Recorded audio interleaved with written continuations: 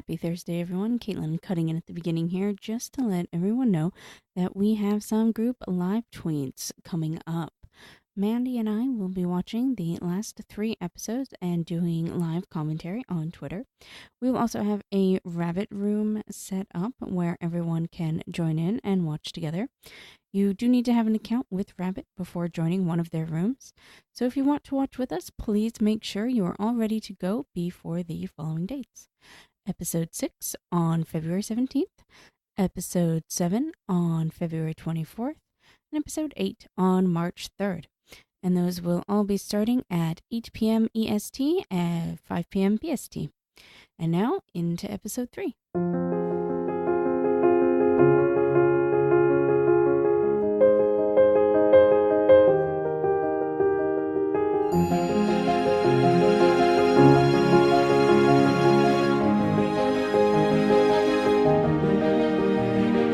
Welcome to Desire Made Real, a Discovery of Witches podcast, where we recap and discuss every episode of the television show spoiler-free.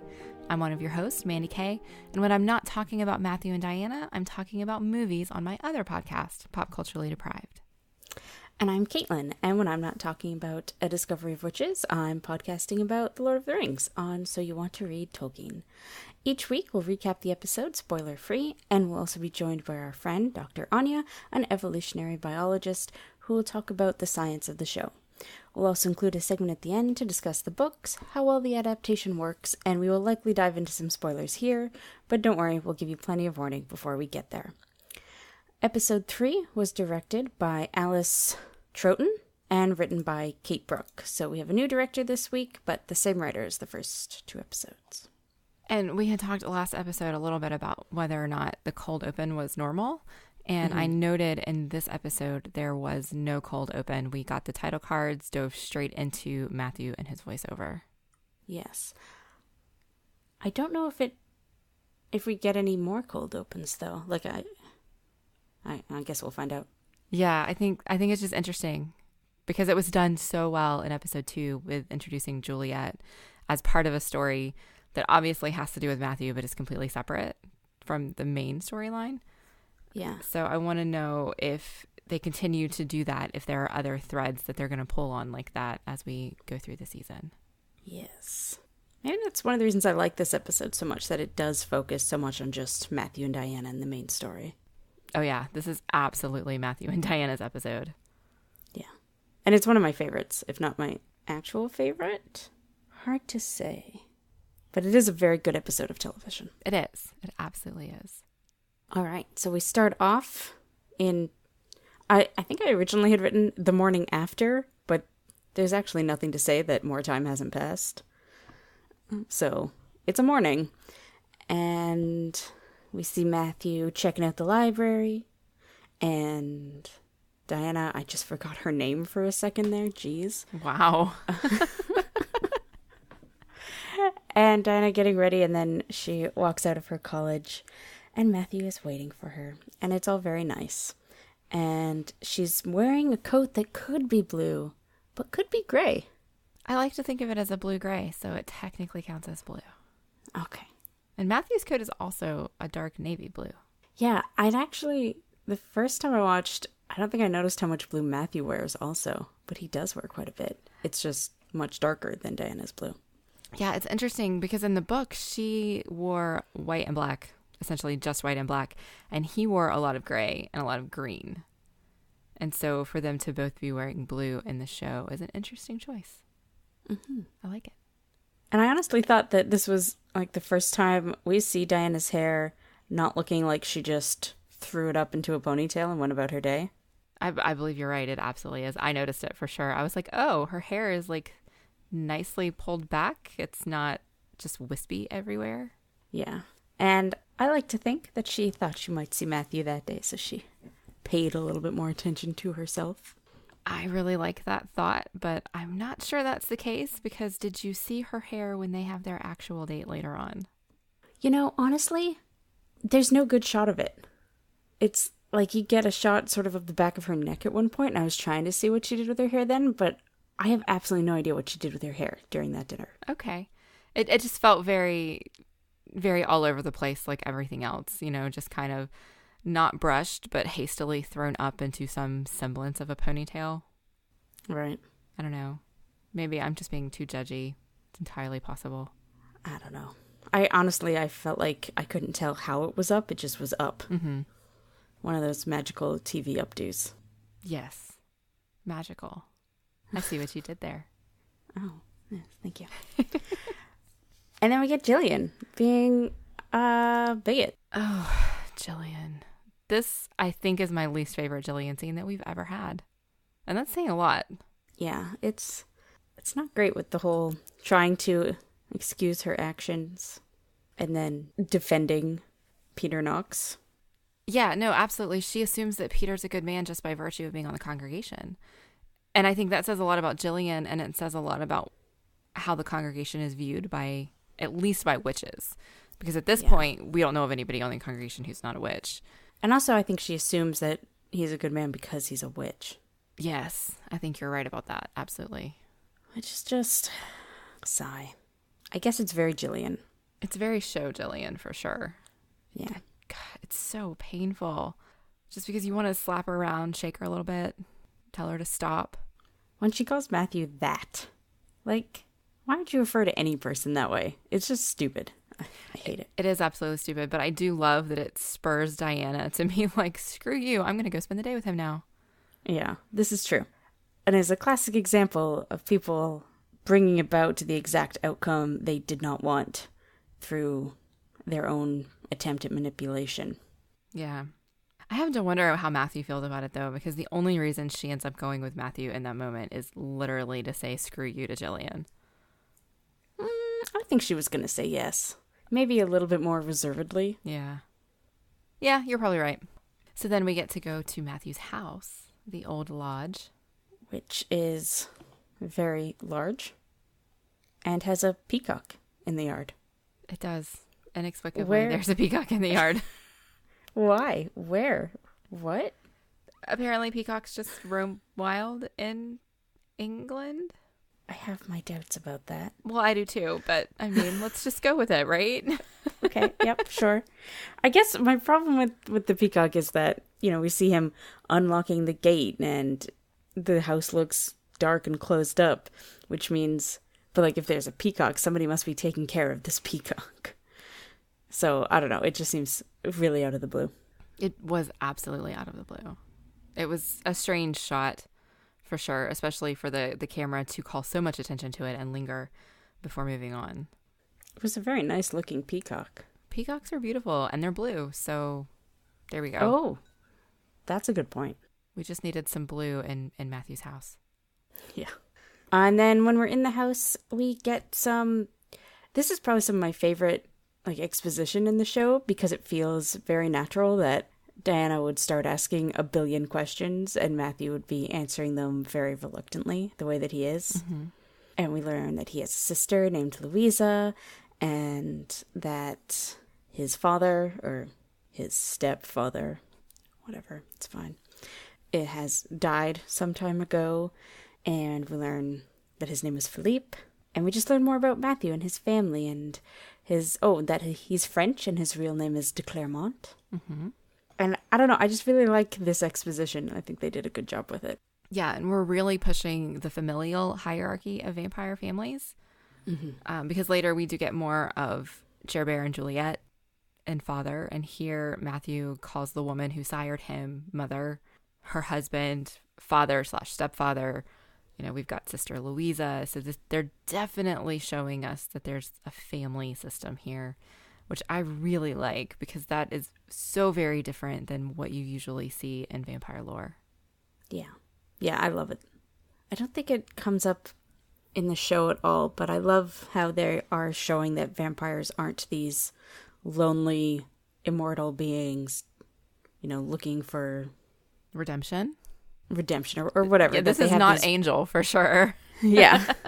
That they have these large families.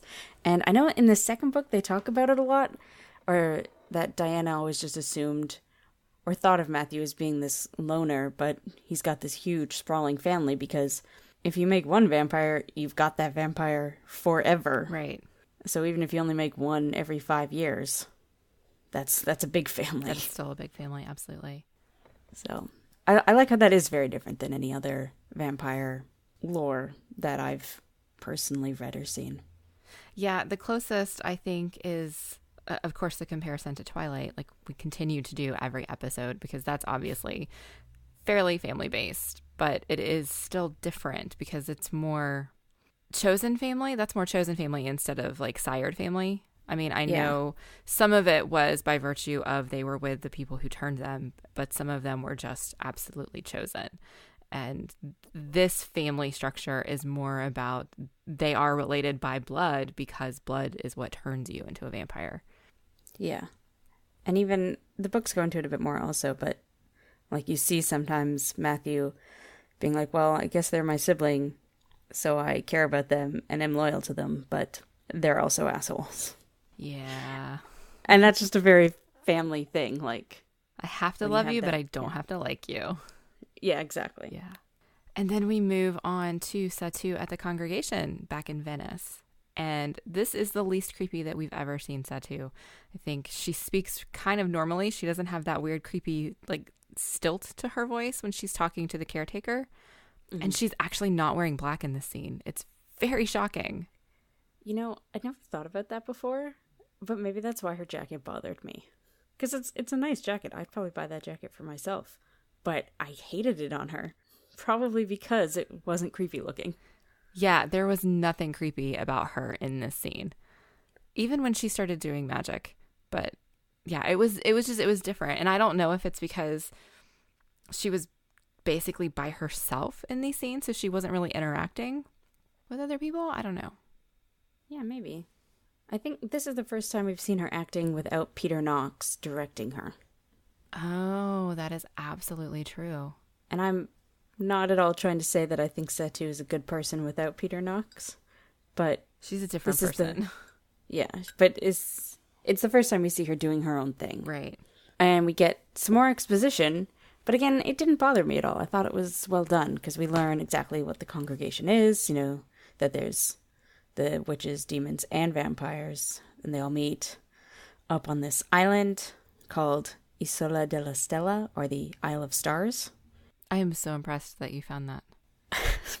Me too, because it was bothering the heck out of me last night. And yeah, we just learned some more about the congregation and that they have their own, or that each species, creature, has their own, like, archives, I guess, or area on the island where they can keep historical things. And it was some good exposition, which we've seen the show do boring exposition, so it's nice to get some interesting exposition. Yeah, I was actually surprised at how much information we got in what was seemingly a throwaway line. You know, it's not like they did this montage showing us there are demons over here and there are vampires over here and there's all these things going on. It was just, as the caretaker is walking Satu down the hall, he just says, oh yeah, the demons are over there and the vampires are over here and here's the witch's archive. And that's all we need to know, that, wow, the congregation is so much bigger than we thought it was. Yeah, because this is the first we've heard about it being more than just witches. Mm-hmm. Yeah, it was done really, really well. And also, I just like all the shooting that they did in Venice. It's really pretty. I like the water taxis that always take them out to the island. Yeah. And then we're back at the old lodge with Matthew and Diana. And Diana's, of course, reading some old books. Of course. What else would she be doing? And Matthew's staring at Diana, because that's what he does. Yes, it is. But again, because Matthew Good is such a good actor, he's not just like staring at her. You can see him like figuring things out as he looks at her, and it's really well done, I thought. Oh yeah, the cogs are definitely turning in his head while he looks at her. Yeah. And then we have them talk about alchemy, and I really like the line, I think it's from Diana, about how maybe it was Matthew. Shoot, I don't remember. But one of them says that it's magic with science or science with magic, and they've never really been able to figure it out. And Diana says that that's one of the reasons she's drawn to it. And I like this line because it really shows that Diana isn't necessarily as against magic as she, you know, when she got really angry at Sarah in that first episode and just that she has more interest in learning about magic in a way that she can. Yeah. I think there's a difference between learning about magic and learning to do magic for Diana. Yeah. And I know in the show, I would say that they put more of an emphasis on Diana not being able to do much magic and having that be why she's kind of against it. Mm-hmm. So I like this idea that it seeps into other areas in her life where it doesn't rely on her being able to do magic in order to learn about it. Right. One thing that I really liked about this scene was the meticulous care that Diana was taking with the books that were Matthew's. Yeah. Because the way they set up the shot, she was sitting at the desk and she had all these old books piled up around her, and she had the manuscript she was reading propped up between them so that it wouldn't lay flat like it was on one of the cradles at the bod. Yeah. And I just thought that was such neat attention to detail that I wouldn't expect, but when I saw it, I loved it. And then Matthew uses that same like meticulousness of Diana's and care of hers to demonstrate how her magic does work. Yes, because he had to threaten the books with wine. Don't threaten the books, Matthew. Yeah, Diana freaks out. Surprised she didn't call the witch wind there. Right. Get the hell out of my library. Kind of. Yeah. But then we have Matthew figure out that the little magic Diana does use responds to her need for things. Mm-hmm. She needed to keep the book safe. Right. And she needed Ashmole 782 for her research, which is why it came to her. Yes. Although they do discuss there being more to it than that. Right. And then we get M scrying. And I love the special effects here. And I so very seldom love the special effects in this show. So I wanted to say that. It is beautiful. I'm not entirely sure what's happening because, I mean, I know that scrying is somehow seeing into the future using a reflective surface, and she's using water for that. But she's also using smoke and she's using essential oils, and we see the smoke move in the water, which is what is very, very beautiful. But they don't actually show us any of the things that M sees. We just get told what M sees, and we just get these beautiful swirling smoky water. And it was confusing to me. It didn't bother me. I see what you're saying, but I think it would have been... I don't think it would have worked as well if they, like, flashed to other scenes. Maybe. I don't know. I think they could have done more to show, like, the outline of a person in the smoke or something.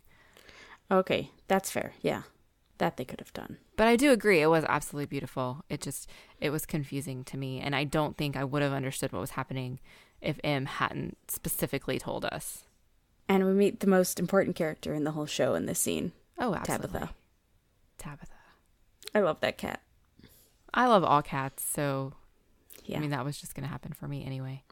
That's a good point. And then we're back to Diana and Matthew.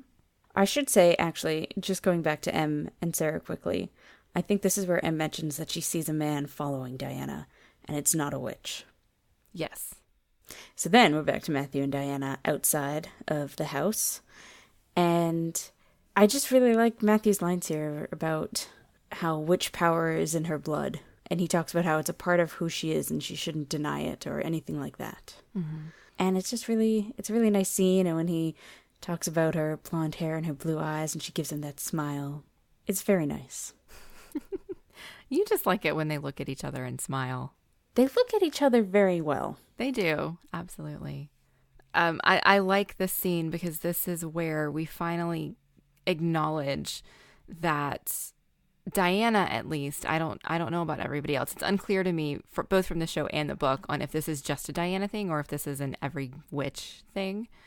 Right. But Diana can feel it when creatures look at her. And she specifically talks about in this scene, it feels like ice under her skin when a vampire looks at her.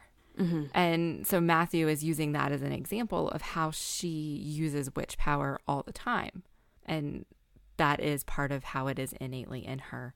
And I think that is a really nice callback to the book here, because that's actually a rather large part, at least of the first book, of how she always knows when someone is watching her and what species is watching her, because she can feel it when their eyes touch her.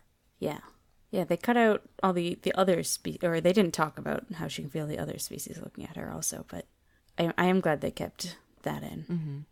And then Diana sort of she almost like drags Matthew's origin story out of him here, as he is very reluctant to say anything. But then it does come out that he was born around the year 500, making him over 1,500 years old, and that he was reborn as a vampire around his 37th birthday. And you can just see right away that Diana's like, 1,500. Yes, I can ask you all the questions. Right. Like, this is the perfect man for a historian. Yeah. I think she says, the things you must have seen. And then Matthew's immediately like, yeah, and done. Let's not talk about it. Yeah, that's not foreshadowing anything at all. Yeah. So from that dire warning, we immediately cut to a very bright and cheerful young woman who is drawing the image that Diana saw from Ashmole 782. At this point, we don't know who she is, but the song playing in the background is a song called Demons by Imagine Dragons. Yeah. So I think they're kind of really hitting that nail over the head that this is a demon. I enjoyed the song and the choice, but it is a little bit, like, coupled with the other song in this episode, it's a little too literal. Yeah, I think they could have done with some subtlety. It's a good song. It is absolutely a good song, but it is not subtle at all. So then we follow her home. We don't actually learn her name. Do we learn that she's Sophie in this episode at all? I don't think we do, actually. I know we get Agatha's name and we get Nat's name. I don't actually think we get Sophie's name, but spoiler alert, her name is Sophie. So we follow her home and she talks to her boyfriend/husband, we're not sure which, and he is also a demon, has set up a chat room for demons to communicate on the internet. And there's a quick throwaway line about how he's discovered that there were some demons who were born to humans and spent most of their life just thinking they were freaks because they didn't understand what they were, which I think is a pretty significant bit of creature evolution, origin. What's the word that I'm looking for? Characteristics? Lore? Lore! Let's go with lore. I don't know. I don't know either. But it does bring up an interesting question of whether or not demons are their own species, because they are born to humans, or they can be born to humans. And that is something that our friend Dr. Anya found fascinating and really wanted to talk about. So let's go over to the lab and hear what she has to say about it. So my main takeaway from this episode is that demons can be born to humans. And, this really throws a wrench into the idea of creatures as separate species. Because in biology, we think of, like, by definition, a species is sort of like a group of organisms that can breed within each other and only within each other. Like a cat doesn't give birth to a dog, a bear doesn't give birth to a cow. And so that's like really one of the defining characteristics between like what makes something a species versus what is just a trait, or what we might call like a phenotype or a morph. So like a brown dog can give birth to a white dog, and that's what makes brown dogs and white dogs not different species. Right. And so going back to Darwin, Matthew's good friend, he would have called this true breeding on the origins of species. And so the fact that, demons and humans and witches are not necessarily true breeding, it was like one of my problems with the book. I mean, more so the language surrounding it, but it does make me really curious about where the books and the series is going as far as like the ultimate conclusion. Right. No comment. Yeah. Well, I think you're supposed to, because the same questions that you're having now are the same questions that Matthew brings up. And as a book reader, I really appreciated the sort of like shout out to book Matthew's like weird wolf stuff. I think it's great that the TV show didn't include it, because that was actually like another one of my complaints about the book and sort of like TV shows and books in general, is that, scientists don't have appropriately narrow expertises. They're sort of like, oh, you can be like a physicist and a biologist and a chemist. And so in the book, Matthew is both a geneticist and an expert in like wolf behavior and ecology. And those are like, for the most part, pretty separate disciplines, and no one would really be that good at both of them. I mean, he's been alive a long time, so you can kind of explain it that way. Mm-hmm. He's had a lot of time to master different things. But both modern ecology and modern genetics haven't really been around that long. So I also really liked the twist on vampire lore here, that they're not undead exactly. They're not just sort of like mystically animated corpses. They're more like differently alive. So Matthew talks about how they have really efficient energy use. And it's not that they don't breathe or their hearts don't beat. It's just that their hearts don't need to beat very often. And so that's why they don't need to breathe that much either. Because they're, don't have to oxygenate the blood as much. Just to bring this sort of all around, I've always wondered how much of that is influenced by Twilight. Because I think pre-Twilight, people didn't mess with vampires that often. Mm-hmm. So, I don't know. I'd just be... No, that's true. And because, like, Stephenie Meyer did... I mean, I could be wrong about this, but I think she was the first person to try and come up with a genetic explanation for vampires. And so I believe in the Twilight universe, vampires have an extra chromosome or something. Oh my god, I thought that was these books. No, I think that's Twilight. Because there is... Is that also in here? Maybe that's not in the first book. There is chromosome discussion in these books, but I forget exactly what it was. Okay. Yeah, I'm pretty sure in Twilight. Yeah, so in Twilight, humans have 23 pairs of chromosomes and vampires have 25 pairs. Oh, interesting. Yeah, so it'll be interesting to keep an eye on that as we go forward. I'm not rereading Twilight, but I maybe I'll spend some time on Wikipedia. And then finally, in this episode, they talk about the 4 original witch clans, which goes back to what we were talking about last episode about the mitochondrial DNA being passed down by the maternal lineage. And so it makes sense that if a lot of the witch markers were on the mitochondrial genome, that you would be able to analyze them and narrow it down to like the 4 original clans. I'm liking how much of the science does appear to be making sense from your end. Yeah. For the most part, the science is actually pretty well done. Most of my problems with the book were not with the science itself. It was more with like the specific language around some of the science. Right. Where like I felt like if she had just gotten a biologist to kind of like read through it and just like clean up the dialogue a little bit, it could have been so much better. And especially, given how much she clearly, cares about different disciplines and like history and is like super detail oriented along that line. I feel like she could have easily just like found an expert at her university. I mean, I don't know, maybe as a professor, you like don't want to share your vampire fiction book with your coworkers from other departments and be like, can you read this and tell me if this makes sense? That would be an interesting lunch hour. Yeah, so again, this episode didn't add a whole lot to the science and world building, but we get the hint that at least demons aren't species in the way that we're used to thinking about them. And we did find out about the 4 original witch clans, so that's something to keep an eye on. It might become important later on, since we do keep hearing so much about the bishops and Diana's ancestors. All right. So before we say goodbye this week, is there anything else about this episode that you just really need to get off your chest?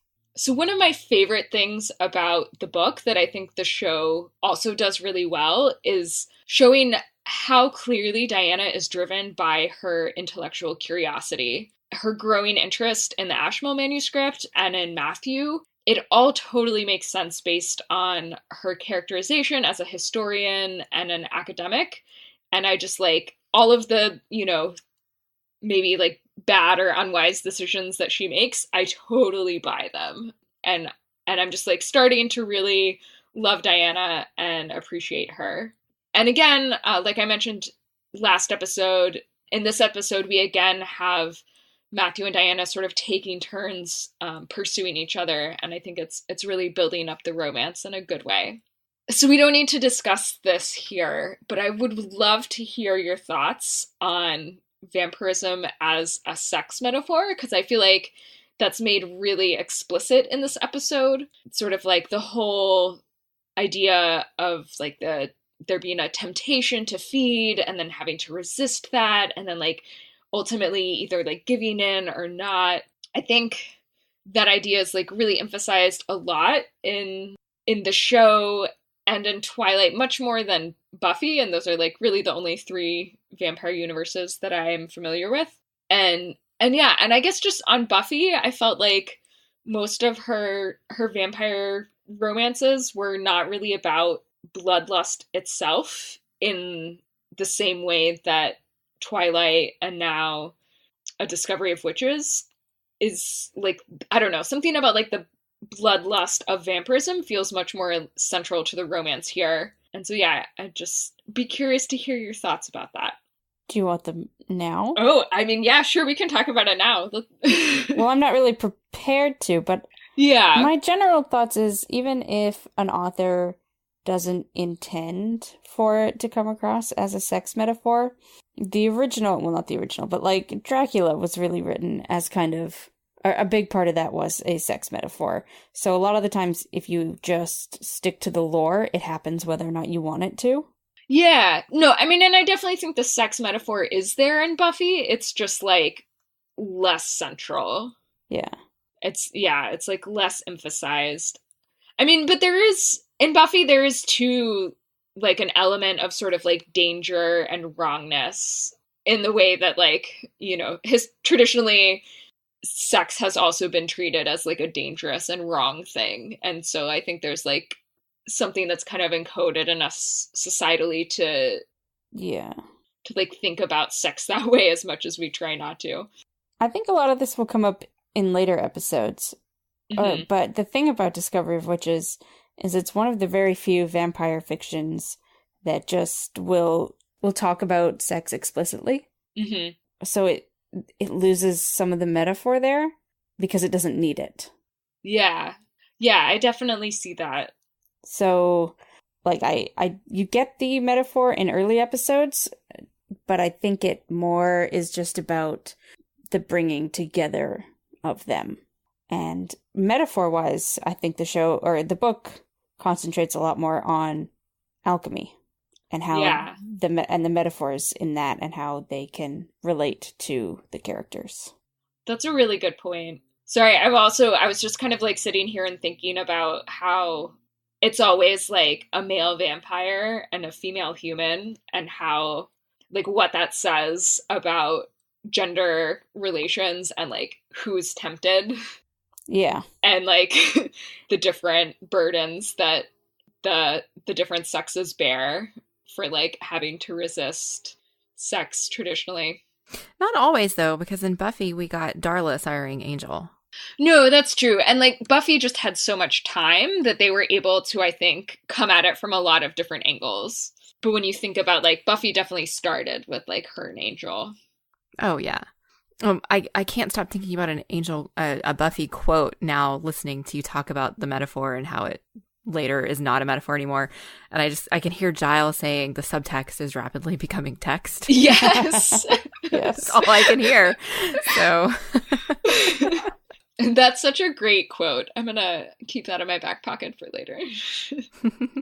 Well, thanks for stopping by the lab. I'll see you guys next week. So yeah, that was an interesting conversation from Dr. Anya, and I love that she brought up the idea of vampirism as a sexual metaphor. And I think we're still a little bit too early in the season to give that the attention that it deserves. And so moving forward, we're going to keep an eye on that and see kind of how the show develops that metaphor, because I think there is something to it. I just don't think we have enough yet at this point in episode 3 to really dive into it. Although I do think later on in the episode is where it really starts showing up. Yeah. I mean, well, it even started a little bit in the last episode where, as you quoted your friend from Tumblr, where the kiss on the wrist was their first sex scene. And I think that definitely combines vampirism with the idea of sex, because the wrist is so vulnerable. It's definitely a point of blood. Wrists are highly associated with blood. So it's there. It's definitely, we're building that metaphor, I think. I just don't know that we can give it the proper space that it needs yet. Right. But getting back into the show here, we then get Sarah and Em calling Diana to admonish her for spending time with a vampire. Can we just take a minute to acknowledge how amazing Alex Kingston is when she's doing Super Pissed? Yes. Yes, we can. I mean, she's amazing. Her voice, her facial expressions, like everything about it. She's just got this anger/annoyance thing that, like, when you hear it, you want to just sit down and do what she says.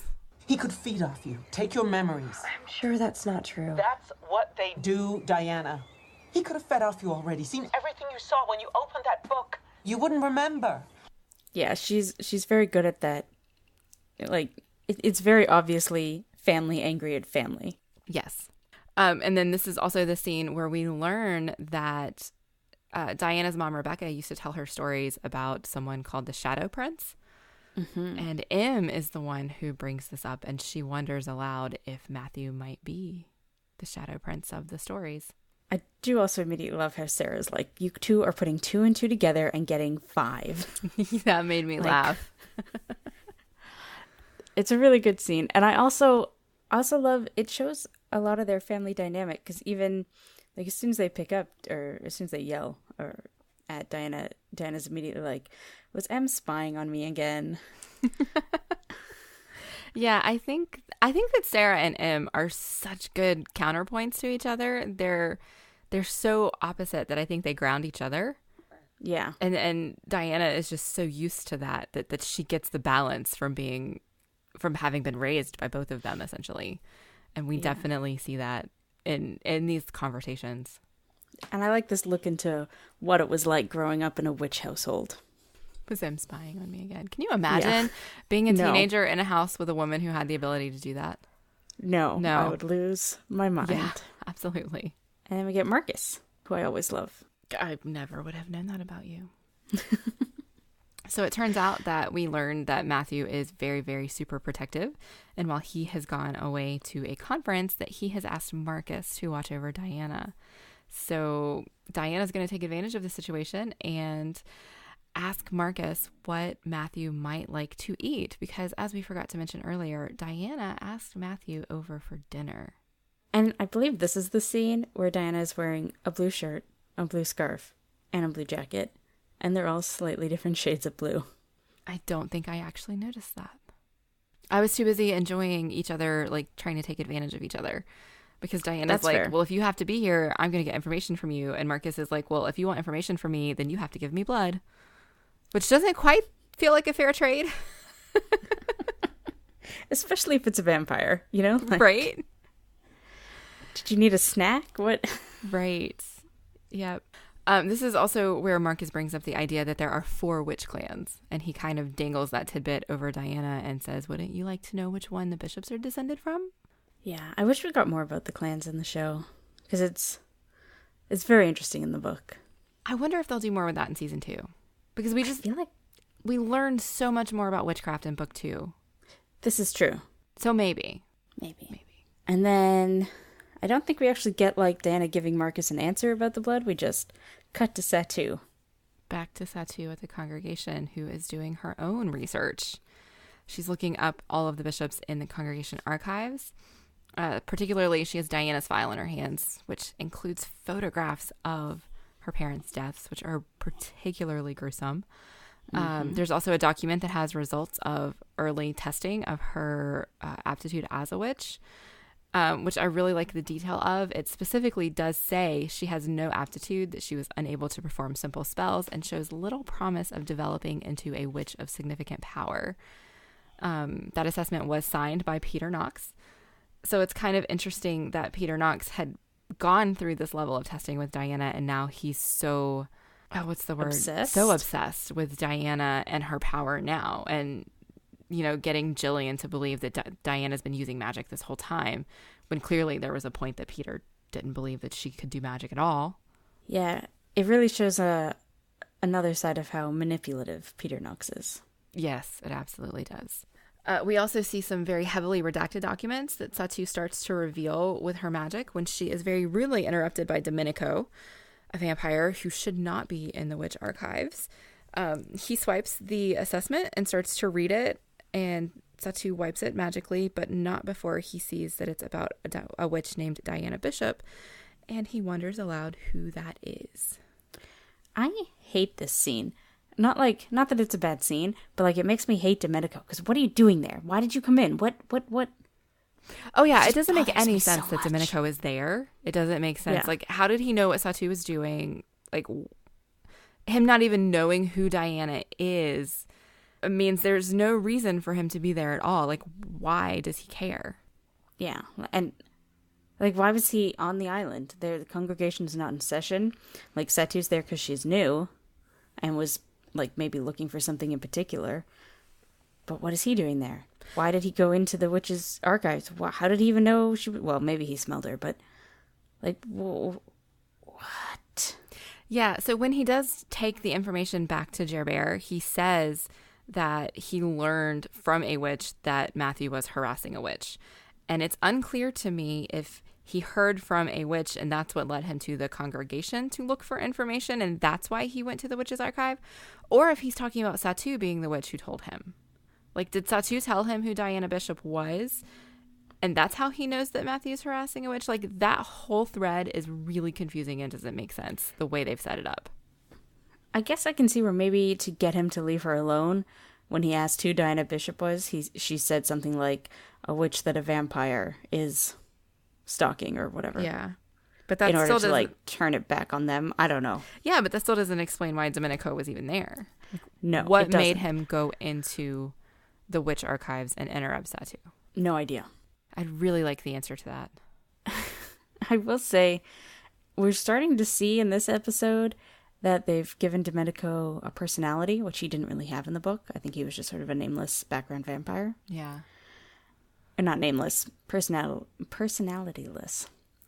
And I like that he's sort of being shown as a sneaky, manipulative, out for himself person.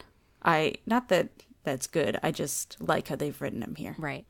They've taken a lot of characters and given them much more depth than they had in the book, which I like. Yeah.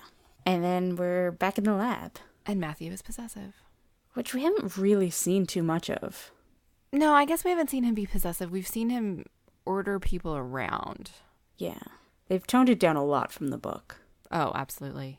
But basically, Miriam is about to take Diana's blood, and Matthew barges in and is like, no vampires taking her blood except me. And in a way, they then end the scene with like a little drop of Diana's blood coming out of where the needle was in her arm. Mm-hmm. And you can see in the background, like it's a really nicely framed shot where it focuses on the blood and then the focus shifts to Marcus and Miriam in the background. Mm-hmm. And you see them react to even that little tiny drop. So they are also kind of justifying Matthew's possessiveness there. Right. Yeah, they definitely looked uncomfortable and like they were having to hold themselves back. Yeah. It was just a very well done shot. And it is one of the only, or I guess it is the most unreasonable we've seen Matthew be so far in regards to Diana. With Diana being there, yes. I guess I feel like some of the conversation he had with Hamish that was surrounding Diana, he was super possessive and protective over her in that conversation. Oh, okay. Yes, but she wasn't there, so maybe it doesn't count. That's fair. And then we go back to Venice. Domenico goes to see Gerbert. This is where he's learned at this point that Matthew is harassing a witch in Oxford, so he goes to tell Gerbert on Matthew. Domenico thinks that they should use this as an excuse to bring Matthew before the congregation, showing us that definitely there are people who do not like Matthew. We don't know why, but clearly they want to put him in his place. Mm-hmm. I really like what they've done with Domenico in this. Yeah, but Gerbert is unsure, so he doesn't, respond quickly to Domenico's manipulation here. So he goes to his oracle, which is a fucking witch head in a box. I remember the first time I saw this, and I was just like, what? What is happening? What is this? It's a head in a box. Yeah.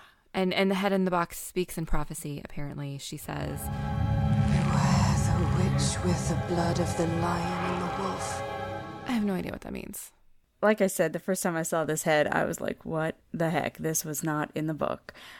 But I was looking into it, and of course, Robert Orlac was a real person. Mm-hmm. He was a pope, which is messed up. Wait, he was an actual pope? He was an actual pope. I did not know that. He was Pope Sylvester II. Wow. And by all accounts, at least according to Wikipedia, because I'm not a historian, he was a pretty good pope. He was very forward-thinking, very into math, in a time when not many people were, and that sort of thing. But then he also had all these weird legends surrounding him, including that he owned a brazen head, which was like a metal automaton head that spoke to him. And he, like, consulted the way people consult a magic 8-ball. I wonder if Deborah Harkness is trying to tell us that she believes that Pope Sylvester II was a vampire. I hope so. Because it's kind of awesome, right? Yeah. Yeah. So I was reading a bunch of these weird legends about him, and, like, there's one, like, legends that he made weird deals with the devil and blah, blah, blah, blah, blah. And that he had a pact with a demon and all these weird things. But my favorite one was that, so wherever he's entombed, the inscription on his tomb, you know what, I'm not going to read the Latin, but basically they interpret that to mean that his bones will rattle in the tomb just before the death of a pope. Oh, wow. Yeah. I wonder if anybody's, like, ever set up a recording device to catch it. Well, I guess that's kind of creepy. Like, oh, a pope's about to die. Setting the tape recorder down. Right? Yeah, so he's an interesting dude in real life. And I like that she's taken him and made him this creepy vampire. And also sort of given an explanation of why the real dude might have been so forward-thinking during the Middle Ages, when not many people were very forward-thinking. Right. Yeah. I like it. Then we're back to the demons. And I love this scene for a lot of reasons. But one of them is when we learn is Agatha Wilson, this woman. She walks into the house and, like, the door's been left open and she's bringing them groceries. And you can tell that their lives are just kind of like a mess. Mm-hmm. And I like this look into sort of everyday demons, not rich, very smart demons like Hamish, mm-hmm. but how it sort of plays out to them being so wrapped up in their genius or their creativity or whatever it is that they're not the best at living life. Right. Yeah. It's a pretty great characterization in a very quick span of time. Yes, exactly. And also, I just love Agatha Wilson. She's fabulous. She is fabulous. Super fabulous. We do learn that she is on the congregation. So she is one of the demon representatives.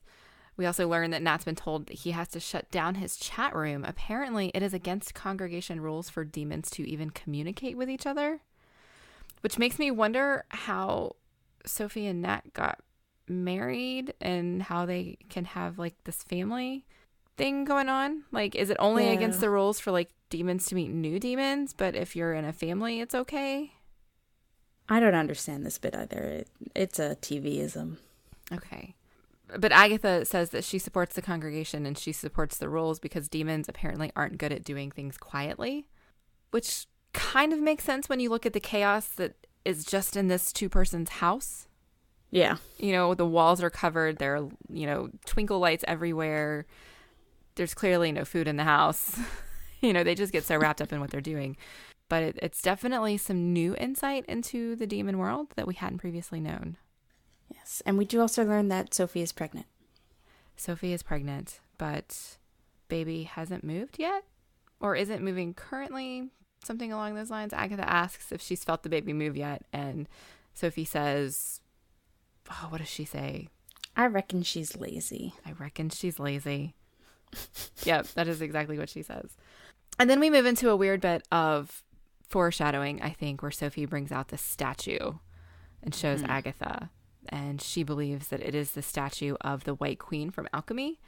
And Agatha says, no, I don't think that's who this is because it has a bow and arrow. And Sophie says, well, fine, it's like the White Queen. And then we learn that it's been passed down through her family for generations. Her father gave it to her and told her that she would know who to give it to when the time was right. Yeah. I really like this scene as like a character scene for Sophie, because she's just like, it'll be fine. It's going to get better. And they're like, how? And she's like, this statue. And they're like, what? Yeah. And she's just like, it is. It just is. Yeah. And Agatha tries to dismiss it and say, I don't think that's what you think it is. And she's like, fine. It's like it. Okay. She's so optimistic. Yeah. I really like Sophie in the book, so I'm glad that they kept some of her oddness in the show. Yeah. And then we cut to a quick scene between Matthew and Miriam standing in the middle of the street in Oxford. Yes, where Miriam is wearing the best jacket ever. Miriam is always wearing the best jacket ever. Yeah. I love this jacket so much. Anyways, but really I guess the important bit here is that she calls Matthew on craving Diana. Matthew basically ignores her. And then she says it's forbidden by the terms of the covenant. This is the first we've heard of the covenant. Yeah, it's not even really tied back to the congregation in this conversation, but since we just cut from a scene about us learning that the congregation sets rules, then I think we can safely infer that the covenant is a congregation rule. Yeah. At this point, and it's clearly there's some sort of rule. Not only are there rules about demons communicating with each other, there are rules about vampires and witches together. Oh, it's possible Matthew says something like the congregation's not going to enforce a 1,000-year-old rule. I don't remember if that's here. Oh, you know what? I think you're right. I think you're absolutely right. He does say that. But either way, there's lots of rules. Yeah. And Matthew doesn't care. Yeah. He pretty much ignores Miriam and goes to dinner with Diana. And Diana is so nervous. It's adorable. It is adorable. But then Knox shows up and ruins everything.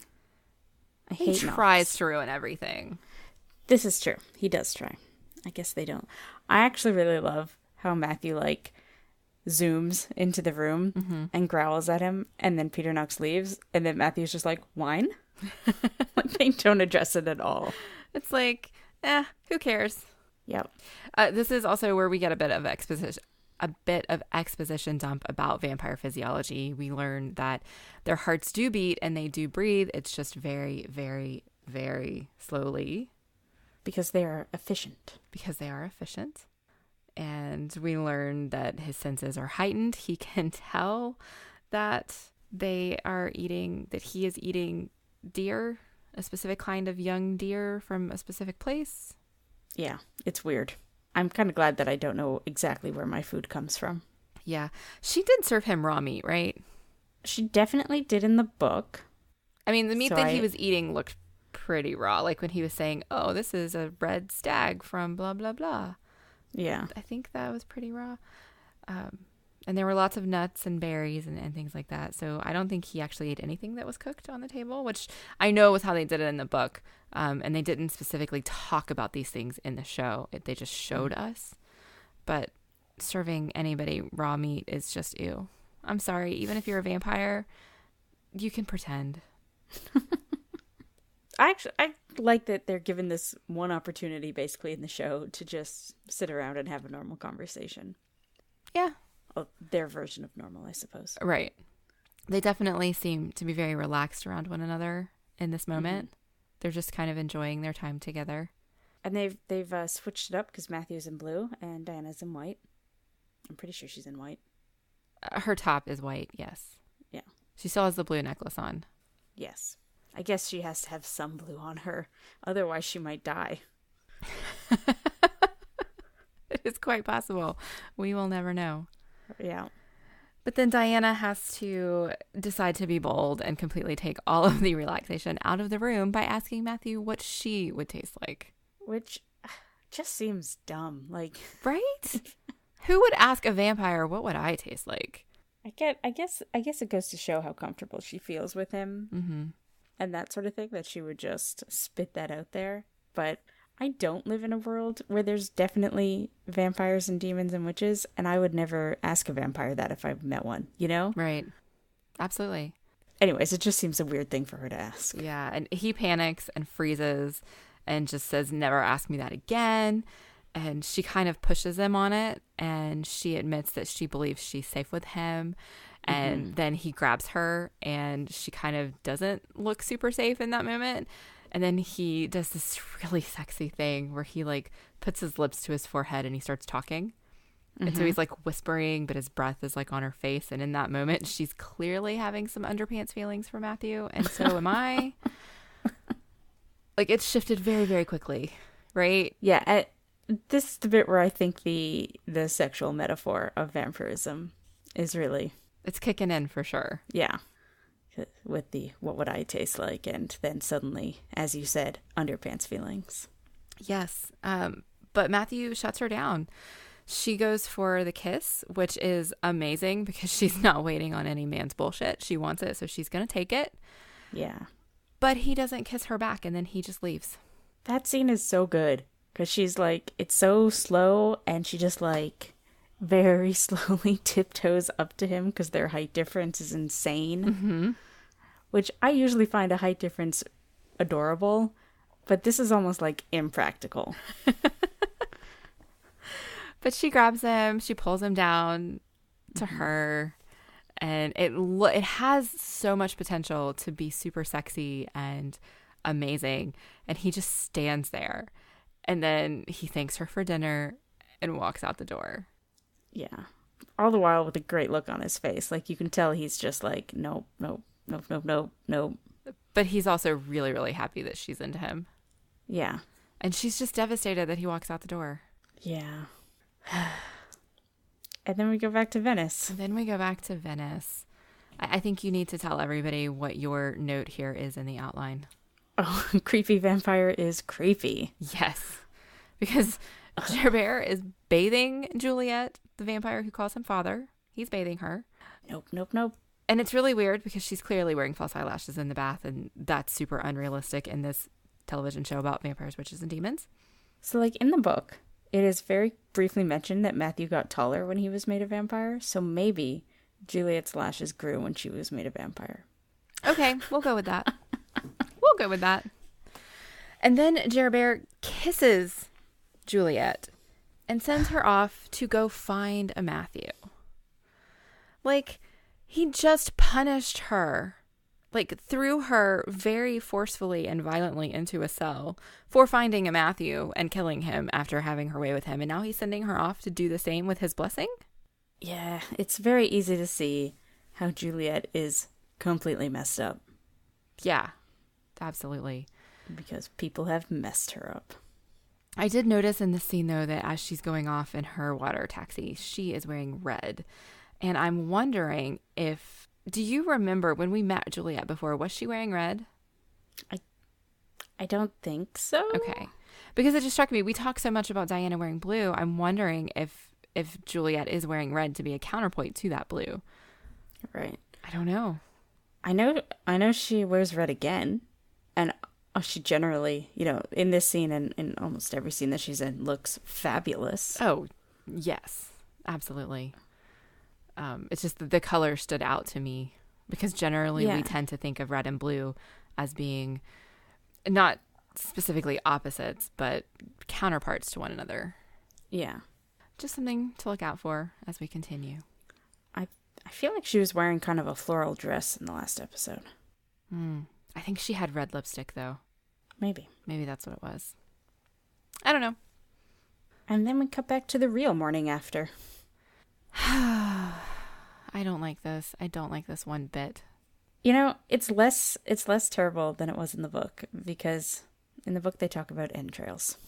And I was like, I don't need to picture that. Jeez. Yeah. But we do still, we've already seen bloody photographs of her parents' death because Satu had them in the congregation. And now, of course, they have been delivered to Diana's door because apparently she needs to see her parents dead, like gruesomely murdered and dead. Clearly a threat of some kind. Yeah. She handles it fairly well, though. She takes some of them to Jillian and accuses Jillian of having something to do with it.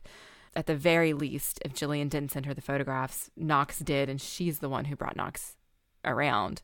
But Jillian has her priorities, and instead of caring about photos of her dead parents, she asks if she's going to give the book to the vampire. Something has like gotten into Jillian's head. I mean, some Peter Knox, but what? Or maybe it was just poor writing, how you go from dead parents to, what about the book? Yeah, I don't know. It felt like it came out of nowhere because she literally just stopped and said, "Are you going to give the book to the vampire?" When Diana has literally just shown her photographs of her murdered parents that had been delivered to her. Like, if Jillian had ever been her friend, there should have been a different reaction there. It almost makes me wonder if Knox has somehow brainwashed her. Maybe. Like, we know he's been manipulating her, but maybe he has stepped it up from just talking to magically manipulating her. Yeah, I don't know. It was infuriating. Yes, it was. And I don't know, like, Jillian still seems not, I don't know if angry is the word, but like she doesn't understand why Diana would spend time, trust a vampire more than she would trust a witch. But like, somebody just sent her threatening ritual death photographs. Mm-hmm. Like, why wouldn't she trust anyone else, right? Other than the people who have done this to her? Exactly. It doesn't make any sense. Jillian is just bitter, I think. Yeah, but yeah. But because Jillian did decide she didn't have priorities, she spurs Diana to go back to the library. Diana's going to try and call the book back up. And Sean already tells her, you know, people have been looking for this book all week. You're the last one who called it out, and it's been missing since then. And of course, Peter Knox and his entourage of witches have shown up to watch Diana get the book so they can steal it. Stupid Knox. And then the book doesn't come. Well, Sean doesn't even get a chance to try. He just says, "I'll look," but it's not there. And then Peter shows up and injures Sean. No, Sean goes and looks. Did he? Yeah, he did. He walked away and looked, and then Knox showed up, and because Knox says something like, "We'll wait together, shall we?" Oh, that's right. And then when Sean comes back without it, Peter says, "Ask him to look again, Diana." Yeah. Yeah, you're right. Smarmy Peter Knox. I think I hate his face so much that his words don't stick with my head. That's fair. So yeah, the book doesn't show up this time. And Knox hurts, threatens, does something to Sean, which Diana then freaks out. As she should. As she should. And we get the first real look into Diana's real power. Yeah, she causes this terrible fierce wind to pop up that just knocks Peter Knox on his ass, which is pretty fantastic until Diana panics and can't stop what's happening. Yeah, and she can't control it, and it's affecting her and the books, which is terrible. Mm-hmm. And can't hurt the books. Cannot hurt the books. And Matthew is close enough by that he understands that there's something happening that has to do with Diana. And so he runs into the library to help. And he gets to her by crawling along the floor to fight the wind and grabs her hand and pulls her to him and says, "I've got you. You're safe." And the world collectively sighed. Yes. I don't know if I should mention this, but this is the first time that we see Matthew, like, specifically grab her butt. And it is not the last time. He has an obsession. I didn't even notice that. I was so focused on, oh, it's so sweet. He's got her. She's safe. You know, that's all that I was on. I just think it's interesting because I feel like any other person or whatever in the scene would have sort of wrapped their arm around her waist. No, he goes right in for the butt. Nice. Gotta have some respect for that. Yeah. And it is a nice scene, though. It is a nice scene. And Diana does calm down once Matthew's there. Mm-hmm. And then we cut to Diana's rooms where Diana is sleeping and Matthew is packing her suitcase, which bothers me for some reason. Yes. No, that bothers me so much. If somebody ever did that to me, I would never look at them ever again. Right? Like, don't go through my shit. Let me do it. Some more vampire possessiveness. Yeah. I guess that's what's happening. Marcus is also there, and he is inexplicably being the voice of reason towards Matthew right now. I do like this scene with Marcus because it, like I think I've mentioned this before, how I think they have a good balance with Marcus, with him being kind of younger than the other vampires and a bit more fun, but also, you know, he is like 400 years old, so it is okay that he can sometimes be mature, right, and that sort of thing. Right. Yeah, so Matthew is hellbent on going to find Peter Knox and to put him in his place, and Marcus is telling him, absolutely not. You will start a war if you do this. Yeah. And Matthew is insistent that he has to protect Diana, and I think Marcus's line, it's a great line. I think he says, you can still protect her without causing a shitstorm. Yeah. Is that what he says? Yeah. Which I love. I love the use of that word because it's exactly what you're talking about. Marcus is young, but he's also reasonable. Yeah. So the writing for his character there was absolutely impeccable. So Matthew finally backs down, recognizes, okay, I'm not going to do this, but fine, I will take Diana somewhere. And he says he's going to take her home to France to Septour, which Marcus is still kind of super not down with, but we don't spend a lot of time on that. Diana wakes up. We find out she doesn't even know what witch wind is. Matthew tells us that no witch has summoned it in centuries, so we kind of begin to see this is a really big deal that she was able to do this. And then he convinces her to go with him. Yeah. Not to Madison, but to France. I wish we got a little bit more of Diana's, I guess, thought process or something in scenes like this, because it seems like Matthew's being really manipulative and like, you will do what I say. Mm-hmm. But I feel like in the book, because we got her thoughts, she was very much like, you know, I haven't paid attention to this world all my life. I have no idea what's going on. Matthew probably does know better. Mm-hmm. And like, it's not about her giving in. It was about her logically coming to the conclusion that Matthew probably has a point. Right. And that was why she went with him. Or let him take the lead on a lot of things. Yeah. I think they tried to give us a little bit of that in the show because he specifically was like, well, they'll find you in Madison. You know, they know about that. Nobody's going to touch you if you're on Vampire Land. So he was trying to give her the reasonable argument for her to acknowledge that that's where she should go. Yeah. It was just done very, very quickly. True. They tried, is what I'm saying. Tried. And then they have a really nice kiss. Finally, an actual, real, consensual, reciprocated kiss. It's really good. I like the song that plays. It's Go Your Own Way by Lissy, cover of Fleetwood Mac, which I'll talk about that later, actually. And it's just a really good kiss. I can't even really describe why, but it is like in one of like my top 5 on-screen kisses. I think it's so good for me because they've been building it up so much. I mean, it happens quickly because this is episode 3, and usually you wouldn't see the 2 main characters kiss for like 3 seasons, let alone 3 episodes, you know. But they've been hinting at it since the first time they laid eyes on each other. And we've gotten the wrist kiss. We've gotten, you know, her trying to kiss him and him backing off. We've gotten him realizing how protective and possessive he is over her, you know. And so we've gotten all of this stuff from them individually. And now they finally come together.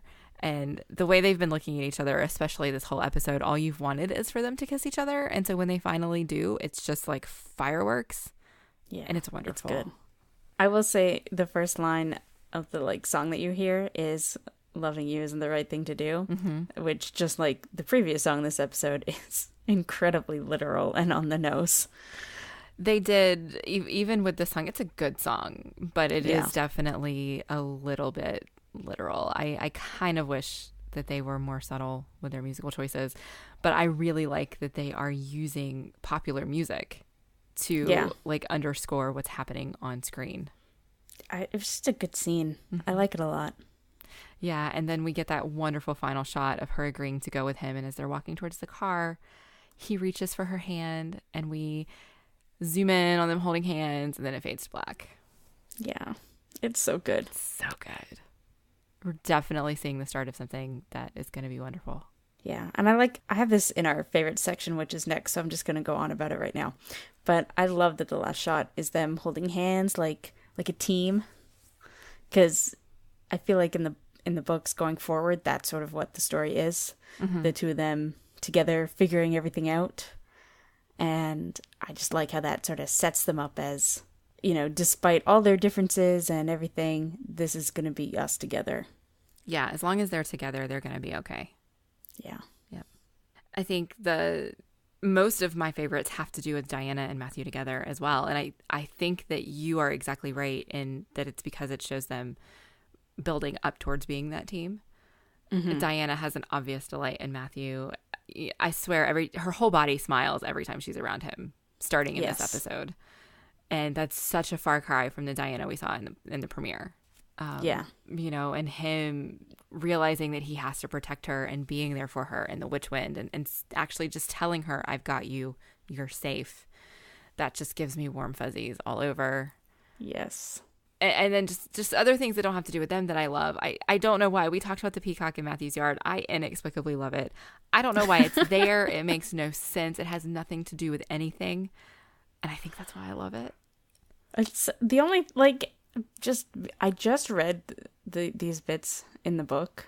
So, in the book, they talk about Matthew's property having wildlife on it, and how he sometimes hunts that wildlife. So that's all I can think about with this peacock, that he puts them on his property so he can hunt them. Okay, but he should never be hunting peacocks. That's not a thing. I know, it's ridiculous, but it's the only thing I can think. So I don't know. All right. Well, let's head into our by the book /spoilers section. So if you are a non-book reader and have not gone any further, please proceed at your own risk. It will not hurt our feelings if you turn us off. It's cool. We'll see you next week. Okay, so I can't believe Matthew called Philippe his stepfather. Oh Philippe my God. would kick his ass with a sword. Yes. What? But it's also really weird, though, because the voiceover in every episode calls him his father. So what is with this stepfather nonsense? So, Philippe's ghost probably heard that and from France. And, nope. I don't know why that bothered me so much. But Philippe would never stand for that nonsense. Right? Stepfather. Whatever. Matthew's his favorite. It's fine. And then another thing that we don't obviously this will come up a lot later, but when the show was first amping up to its premiere, I saw a lot of people online excited about Sarah and Em and this on-screen representation of a lesbian witch couple that was, played by these two great, gorgeous actresses. And it is a bury your gays situation. They don't both make it out. And I love them so much, and I want the show to change it, but I don't want the show to change it. I could be completely wrong, but I think with the direction that they're moving in, I feel like it will probably still happen, but I think it'll happen much differently. I hope so. Because, it's even an off-screen death in the books. Yeah. Yeah, it's completely mundane in the books. Mm-hmm. And so I feel like they can't do that in the show with as involved as Em is and everything that's going on, even from the beginning. I don't know. It would just be really weird if they kept that the same. I just love her so much, and I don't want her to die. That's true, but if she didn't die, we wouldn't get those great scenes of Philippe and Em together in the third book. I guess. And those are pretty great. They are. And I feel like I want to spoil this for people so they don't get attached, because a lot of people were really into it. And I'm Oh, yeah, no, people are going to be really upset about that. I was really upset about it in the book the first time I read it. I was remember shocked. Yeah, but because it's off screen and you just see people kind of referring to it, I was like, wait, what? And this was before the third book was out, where you do get a bit more information about it. Yeah. But I was so upset. Mm-hmm. Ugh. Anyways, I guess that's more of a discussion for season 2. It's okay to bring it up now, though. Fucking Knox. Yeah. The thing that I missed the most in this episode, actually there were two things in this episode that I missed that we got in the book that we didn't get in the show. One was vampire yoga. Like, I understand why it's not there. It's a silly thing. It's kind of a throwaway thing, but I feel like it's important because it does show a counterbalance to all of the creature bigotry that has been set up so powerfully in the show. I mean, it was in the book too, obviously, and that's why the vampire yoga was such a big deal when Diana told Sarah about it. But by giving us Matthew's Lodge and not having the yoga there, like, it didn't really make sense to me. Like, the whole reason he took her to the house in the first place in the book was to take her to yoga and to be around all of these creatures, to show her that there's a different way. And I missed that. Yes. I agree. I do think it would have been ridiculous on screen to have Matthew doing yoga. Okay. Like, that is a fair point, especially since there were descriptions of vampires and witches doing yoga that would look absolutely ridiculous on screen. but more than that, I do think that they're building up all this tension between the creatures, and from a story point of view, I can see where they wouldn't have wanted to undercut that tension. Okay, that's also fair. Because they're building it up way more than it was in the books. Like, even saying that demons can't hang out together, which makes no sense. Mm-hmm. But, like, that's... So I can see where they wouldn't want to then be like, oh, except for these people. Yeah. Okay. All right. That makes a little bit of sense. I'm sorry that we don't get to see Matthew in yoga pants, but... Yeah.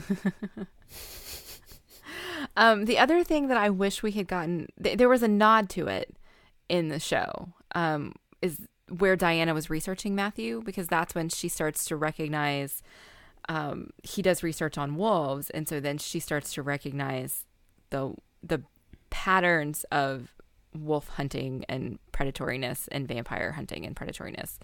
And so she's able to equate the two, and she uses some of that when she's trying to figure out what to feed him. Mm-hmm. And so in the show, we got her reading a webpage, The Feeding Habits of Wolves, but then she goes and talks to Marcus about what to feed him. And so it wasn't done as well on the show as it was in the book, I thought. And I wish we had gotten a little bit more of that. I wish we'd gotten a little bit more of them spending time together in general. Mm-hmm. Because, like, I don't mind a quick on-screen romance, considering how much of television is the opposite, which is, like, just as unrealistic when you have to wait 5 years for them to even maybe kind of sort of kiss. Right. Like, so it doesn't really bother me, but I do wish we'd gotten a little bit more of them, not doing yoga, but that type of thing, just hanging out together. Yeah. Because they also went for breakfast a lot and, just talked more. Yeah, I think that's what they were trying to do with the scene in the lodge, was give us all of that at one time. Yeah.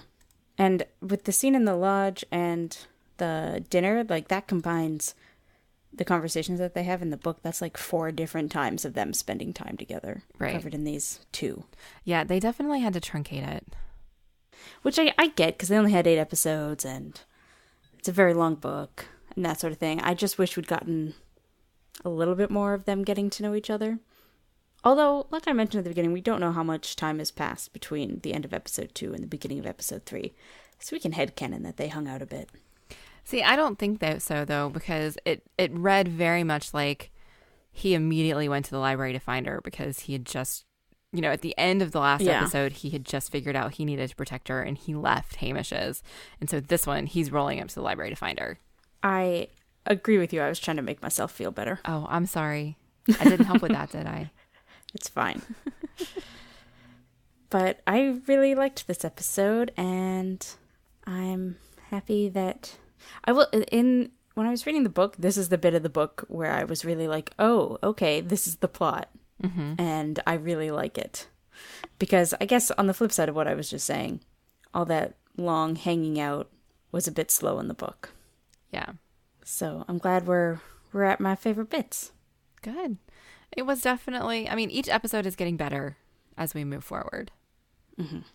And each episode brings in more of an element of, like, suspense and conflict. And we've got nowhere to go but up, and it's pretty great. Yes. I think that's it. I think that's it. All right. So we'd love to know what you think of Matthew and Diana so far. Use #DesireMadeReal to join our conversation on Twitter. I'm Caitlin, and you can find my other show at acommandoforourown.com, or find me on Twitter at InferiorCaitlin. And I am Mandy Kay, and you can find this show and all of the other Eloquent Gushing shows at eloquentgushing.com. We're also on Twitter, Facebook, and Instagram at Eloquent Gushing. Or you can shout out directly to me on Twitter at Mandy Kay. Join us next week as we talk about episode 4, where we will meet Matthew's mother. Until we meet again, remember that with every ending, there is a new beginning.